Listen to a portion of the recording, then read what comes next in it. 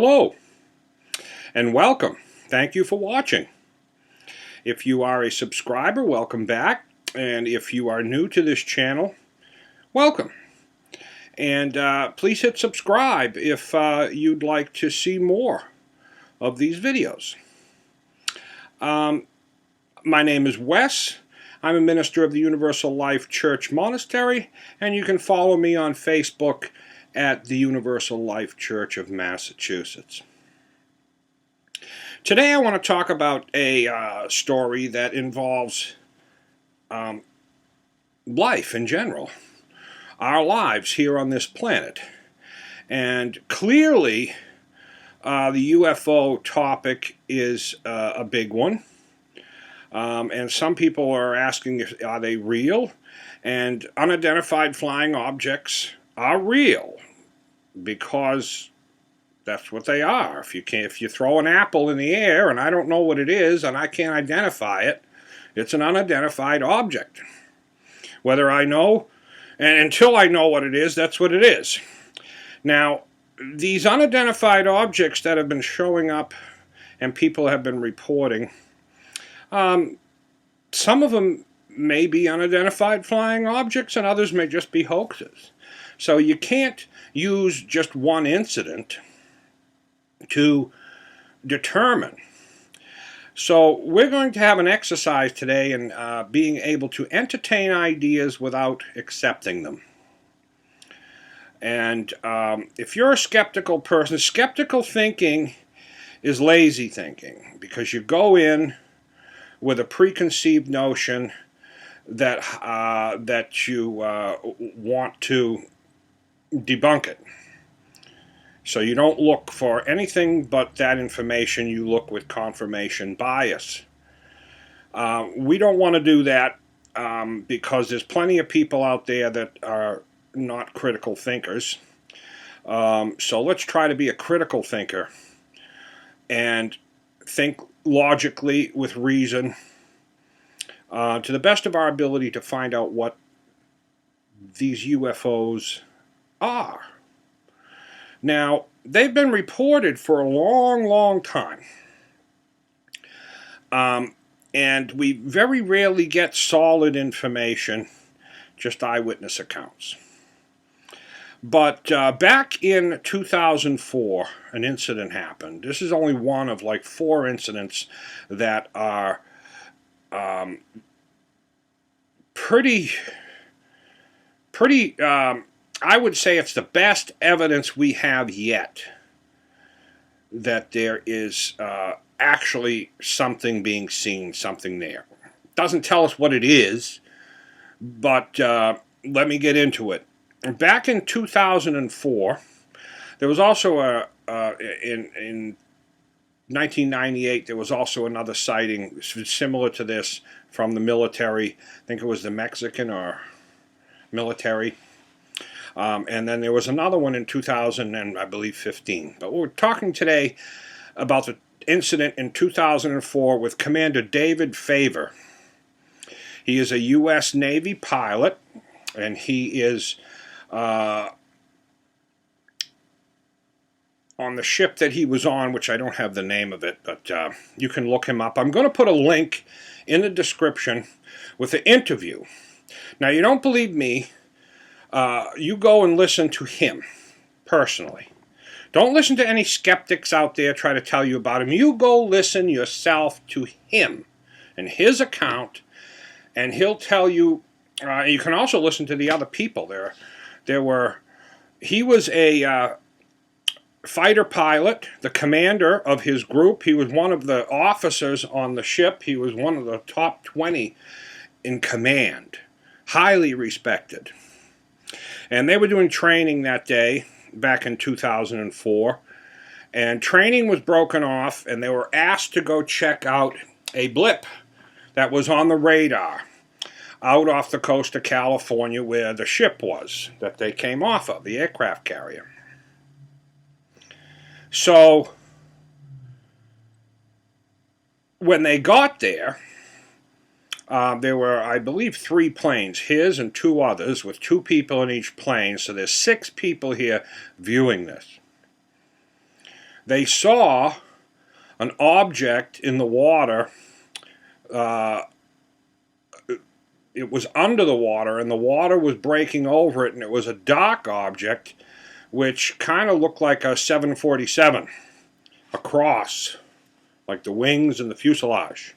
Under the water with the water breaking over it on a very clear day with no white caps. Everything was smooth, except for this one area that looked like rocks, because that's what happens when the water breaks over something that's in the water, which looked like a cross, about the size of a 747. And that's what drew their attention to that spot. Then they saw just above that a smaller object, about maybe 40 feet or less in length, a white thing that looked like a Tic Tac breath mint, a standard UFO kind of shape that people have seen and reported for at least 50 years, and not more. It actually goes back much further than that. There are paintings. There are paintings that have UFOs in them from 1500s or more. So it goes back thousands of years. So they see this object hovering above this another object in the water. Now, all 6 of these pilots saw it, and not only that, but they captured it on radar, and they captured it on forward-looking infrared radar, which locks onto it. Now, this object was sitting there, moving in an erratic pattern over this other thing that was in the water. But when the jets got close to it, it moved. It reacted to them getting close and tried to run away. So right there's an intelligent action of trying to escape. And it turned and started moving away, so the plane, the commander Favor, he turned his plane to try and cut it off.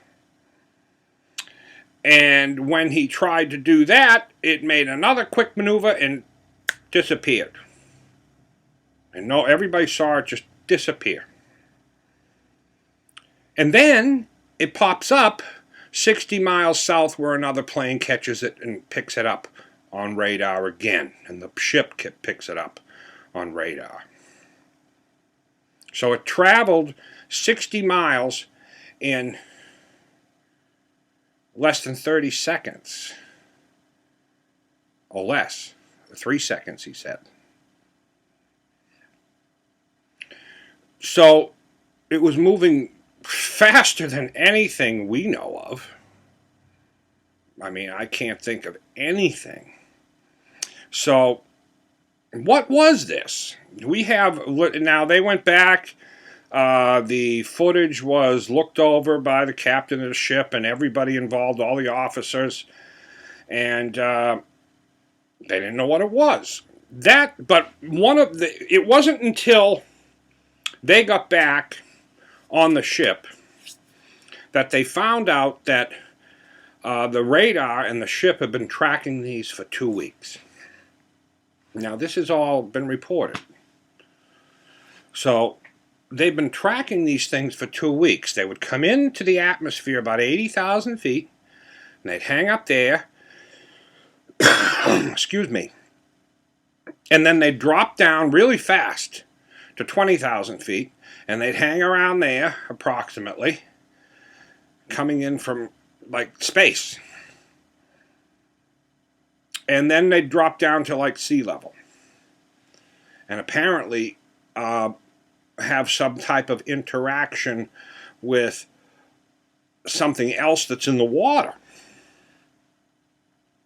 So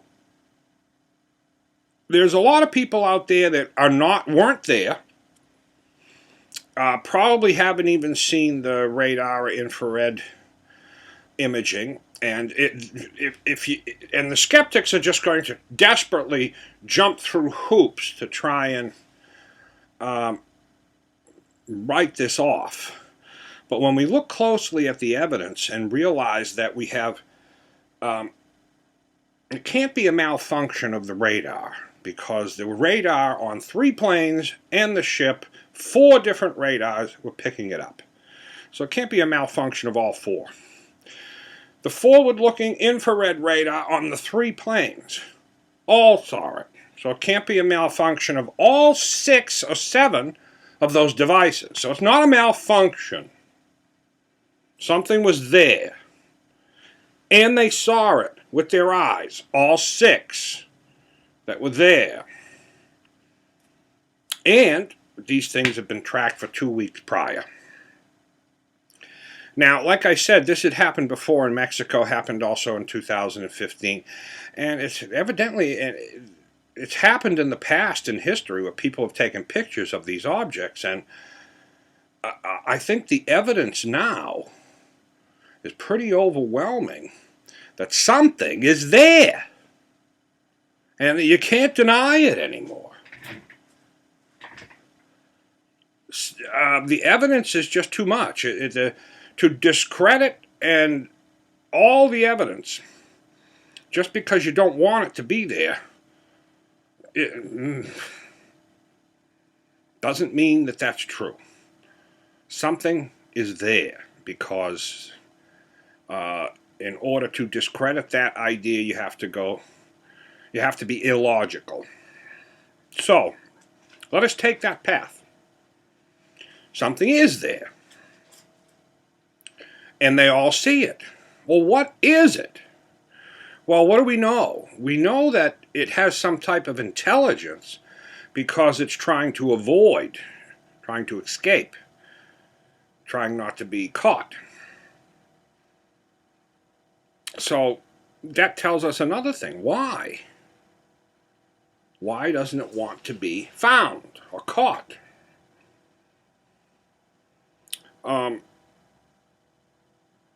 Because if you listen to the interview, the link in the description, listen to the whole interview with Commander David Favor, because there's a lot of other things that he's reporting from other people in the Navy that were confided in him the information.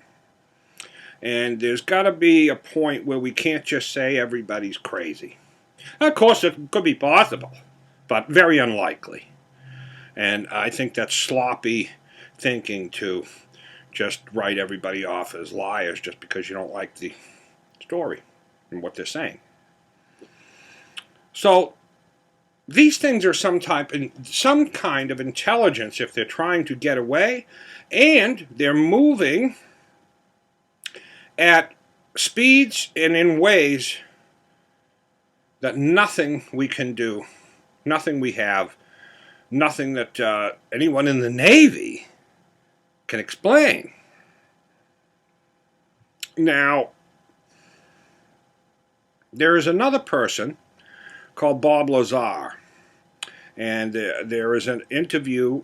I'll put that one in the description as well, because this one's good too. He's a very intelligent man. He's a scientist, and he worked for in Area 51.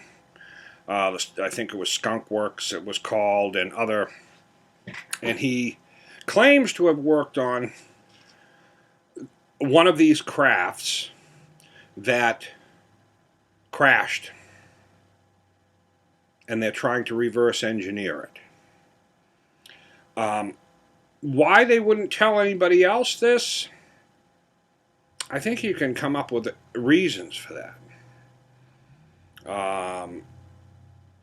Because the government and the military doesn't want to tell you, we don't know.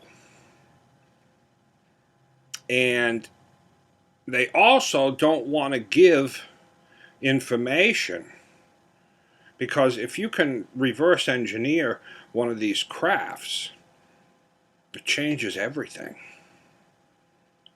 And they say they can't do it. The technology is just way too far ahead, and they can't do it. So they don't want to just tell you we don't know. Because you don't want to say, oh, look at this, and I don't know where it's from. They don't want to say that. It doesn't make them look smart.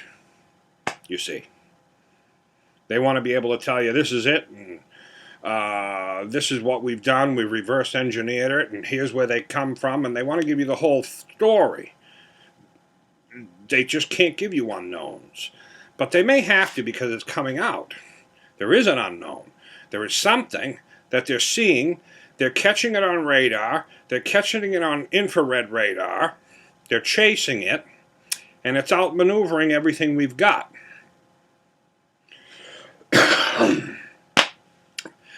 And this person, Bob Lazar, who says he works on, I mean, his story, he's not a crazy. You listen to him. Listen to him for yourself. Don't take my opinion or anybody else's opinion. You listen. I'll put the link in the description. There's also a Netflix documentary, if you have that, if you haven't seen it. And there are a lot of people out there that try to criticize and debunk what he said, but I haven't heard anything that is legitimate, except for calling him liar, liar, pants on fire. I mean, you can say that all you want, but you need some kind of proof. And his story is interesting.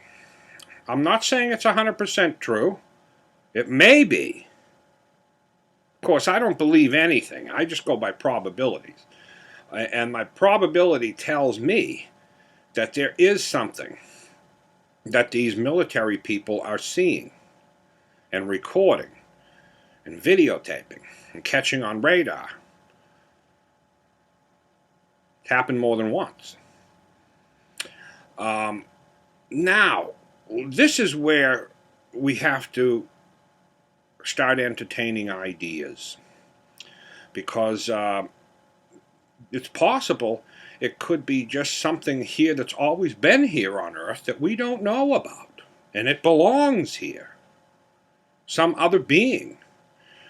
This world is big, and there are parts of the ocean that beings can live, and they've been coming here and they've been living here amongst us this whole time. Some type of intelligent thing. May not be human at all, may not be an alien, it belongs here. But it's something.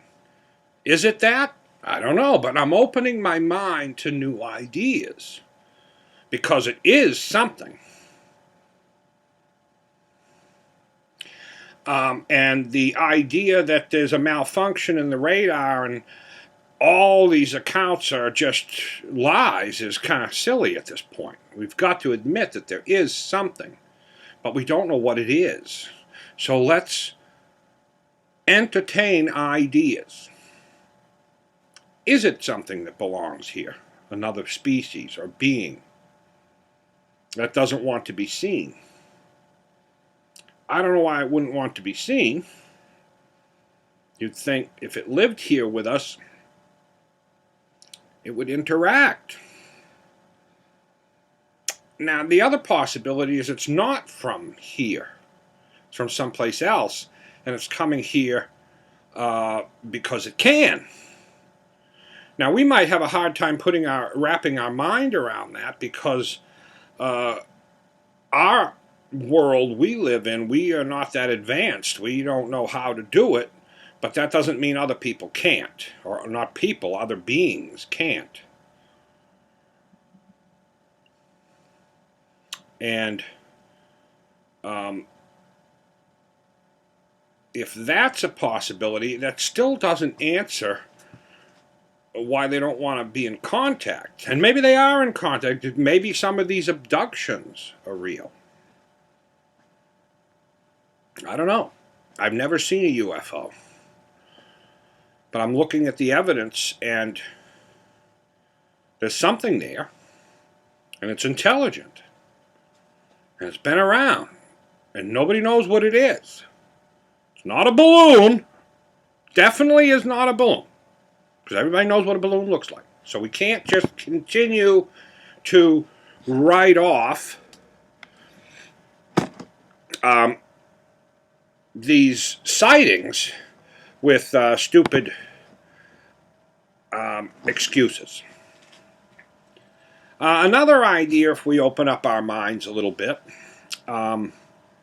would be, what if us, ourselves, us, maybe it's us that we're seeing, but we're not seeing us now, we're seeing us, a future version of us that is coming to this time and space for whatever reason, to collect water, to get supplies, and they don't want to interact with us, or they try to as little as possible. Is that a wild idea that could not be possible? Well, it's every day things like this seem more and more possible, because quantum physics is realizing time and space are connected. Einstein's theory of relativity shows that. We know that putting a clock, an atomic clock, that are putting one on a spacecraft and one on Earth and synchronizing them, that the spacecraft time is different than the time here. Time moves differently in space. They're connected. So there is a way to, how we experience time here is different when you leave this planet. And so that may not be as far-fetched. And that would explain why they don't want to be seen. I don't know, just throwing some ideas. What do you think these things are? Because there's something there. I guess it is some type of intelligent life that apparently has abilities beyond ours. And that part is pretty obvious right now, because they move faster through space. They can fly faster than us. They can travel faster than us, because we've seen it with our own eyes. Well, not my eyes, but they've recorded it. It outran the forward-looking infrared radar, which is an eye on the plane which turns. And if there is a plane or an object 5 miles away, and it moves, and the infrared camera can't keep up with it, then that thing is moving faster than anything humans can make. We can't move that fast. It's humanly possible. So if you watch the Bob Lazar video, everything's starting to come into place. As to, they're starting to piece together how, because they know what they're doing. They're warping gravity. It's anti-gravity. They're taking gravity away so that you, a being, could move that fast, because it's gravity that makes you can't, because all your insides and guts would all fall out. The G-forces would be too great. So you have to eliminate gravity to move at those speeds. And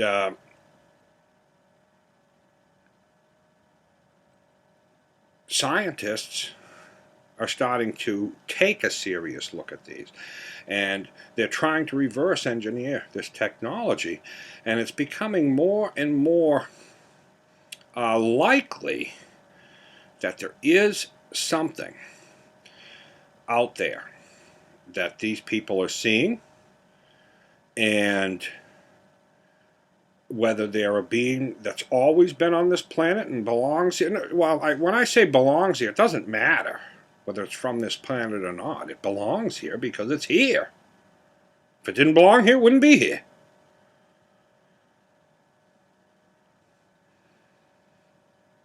And I don't think we need to worry about it, because if they wanted to kill us all, they would have, I would assume. Sounds logical to me. They haven't done it yet. Maybe someday they will, or like I said, maybe it is us. We're just seeing ourselves from thousands of years in the future.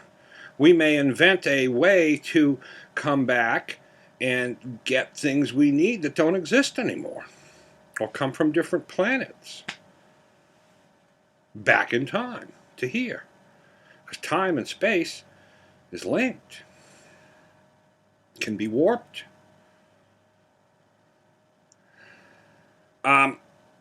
It's a fascinating subject, and I think the days of trying to just blow it all off as craziness are coming to an end real fast, because there's only so many times you can try to discredit high-ranking military.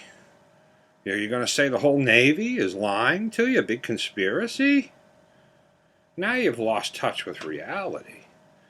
It's time to accept that there is something there, and we don't know what it is.